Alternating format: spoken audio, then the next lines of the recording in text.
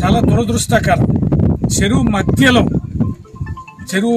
మధ్యలో కట్ట దిగడం అనేది, ఒక చుక్క నీరు కూడా చెరువులో లేకుండా పోయింది.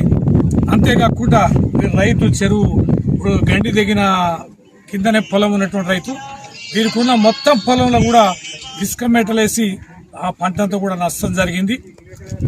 అకాల వర్షాలు, విపరీతమైనటువంటి వర్షంతో మహబూబాబాద్ జిల్లాలో ఇప్పుడున్న సమాచారం మేరకే 95 చెరువులకి గండ్లుబడి నష్టం జరిగింది. ఇంకా చాలా చెరువులు మరమ్మతులకి అవకాశం ఉంది. ఇంకా 100 కూడా పూర్తి స్థాయిలో లెక్కలు రావాల్సి ఉంది. మరి ఈ 95 చెర్లతో పాటు ఇంకొక 50 నుంచి 100 చెర్లకి మరమ్మతులు చేయాల్సిన అవసరం ఉంది. ఇది వేగవంతంగా యుద్ధ ప్రాతిపదికన చేయాల్సినటువంటి పనులు. ఇది ఏమాత్రం కూడా కాలయాపన చేసినా, ఎక్కువ సమయం తీసుకున్నా కూడా ఉన్న వర్షాలు కాస్త పోతే కాలమయ్యి ఈ పంటలు ఎండిపోయే పరిస్థితి ఉంటుంది. ఇప్పుడే వ్యవసాయం ఇంకా కొద్ది రోజులైతే అవి పొట్టకొచ్చే దశలో పొలాలు ఉన్నాయి కనుక ప్రభుత్వం తక్షణమే ఈ చెరువు కట్టల మరమ్మతులను యుద్ధ ప్రాతిపదికన వేగవంతంగా ఫార్మాలిటీస్ అనే తర్వాత ఎస్టిమేట్స్ కానీ టెండర్స్ కానీ ఈ విధానాలన్నీ కాకుండా వేగవంతంగా ఈ యొక్క చెరువుల గండ్లను పూడ్చాల్సిందిగా, మరమ్మతులు చేయాల్సిందిగా ఈ సందర్భంగా విజ్ఞప్తి చేస్తున్నాం. అంతేకాకుండా చాలా పొలాలు కోత గురి అయినాయి, ఇసుక మేటలు వేయడం జరిగింది. వందలాది వేలాది ఎకరాలు కూడా నష్టం జరిగింది. లింకు చెరువులు చాలా వరకు కూడా తెగిపోయినాయి అనేక గ్రామాల్లో, మండలాల్లో.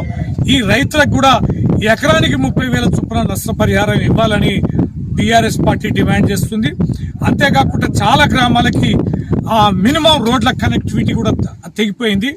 చాలా చోట్ల బ్రిడ్జ్ కావడం జరిగింది. ఆ రోడ్లన్నీ కూడా తెగిపోయి రవాణా సౌకర్యం కూడా లేనటువంటి పరిస్థితిని మనం చూస్తున్నాం.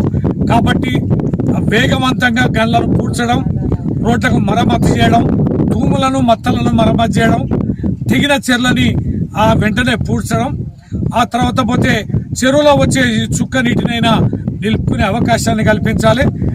అలాగే ఏవైతే కోత గురి అయి ఇసుక మేటలకు గురి అయినటువంటి నష్టపోయిన రైతులకి ఎకరానికి 30,000 చొప్పున నష్టపరిహారాన్ని కూడా ఇప్పించి రైతులను ఎదుర్కోవాలి. రైతు ప్రభుత్వంగా రైతులకు ఎంతో విశ్వాసాన్ని, నమ్మకం కలిగించి అధికారంలోకి వచ్చిన కాంగ్రెస్ పార్టీ ముఖ్యమంత్రి రేవంత్ రెడ్డి గారు తక్షణమే స్పందించాలి. బడుగు బలహీన వర్గాలు కేవలం ఆ వ్యవసాయ ఆధారిత పంటలపైన తమ మానవతం బతికే పరిస్థితిని ఇవాళ తెలంగాణలో, ముఖ్యంగా మహబూబాబాద్ జిల్లాలో ఈ యొక్క విపత్కరమైనటువంటి పరిస్థితిని వెంటనే అర్థం చేసుకొని ఆదుకోవాల్సిందిగా విజ్ఞప్తి చేస్తూ, చాలా ఇండ్లు కూడా మునకకు గురైనాయి, చాలా ఇండ్లు కూడా కూలిపోయినాయి.